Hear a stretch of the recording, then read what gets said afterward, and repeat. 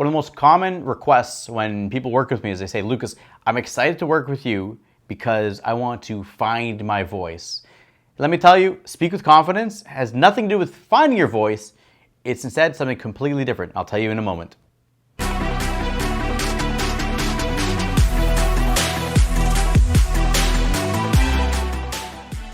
Not about finding your voice, it's about reclaiming your voice. And that's the big piece. People come in because finding your voice, it's showing that you actually don't have it when that is not true. Now, that being said, maybe you don't feel powerful. Maybe you haven't been speaking up and having that inner confidence to share your thoughts and speak your truth and say what you really want. Totally okay. But here's a piece. We got to go back to childhood. You were born, you were fully self-expressed. I don't have kids yet, but I do have 2 young nieces.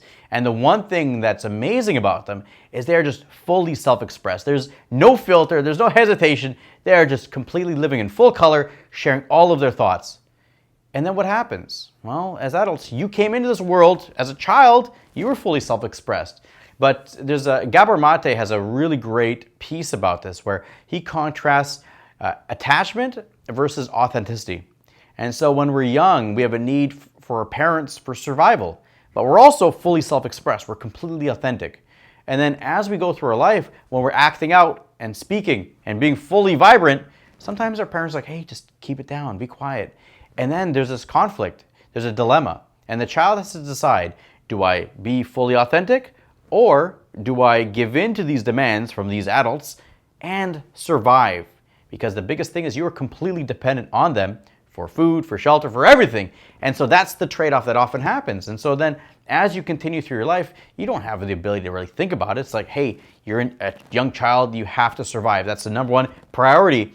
So you trade in some of your authenticity. And then as we go forward, typically a lot of my clients, they go through school, they're speaking in front of the class, they're not prepared for it, they're not trained, somebody laughs at them, they feel humiliated, they can't deal with the nerves, and then their confidence starts to take a hit. But more importantly, speaking in public becomes a threat. And that's a big piece. It is now viewed as a threat. It's not exciting.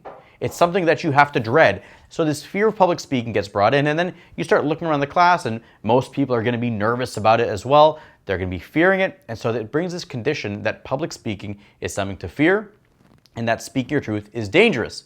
And so that's why we start to lose our voice. We start to downplay it. And this continues on.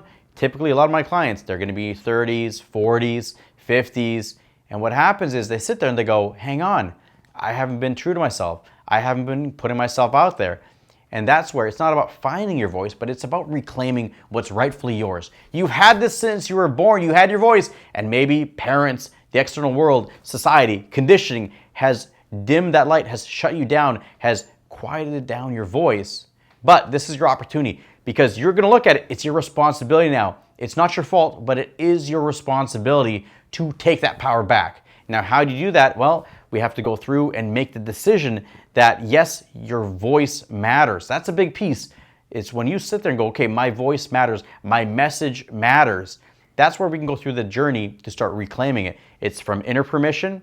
It's about courage, putting yourself out there in the uncertainty. It's about doing something different, because the fear is going to be coming up saying it's not safe to do that. And instead, you have to look at it. In a future video, I'm going to address why it's not safe to speak in public.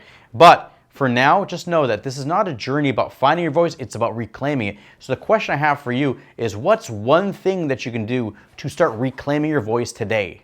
Okay, when you focus on that and why it's worth it for you, maybe it's about more personal freedom. Maybe it's about sharing your message. Maybe it's about inspiring other people to take action, or just about that you are valuable enough to put your message out there.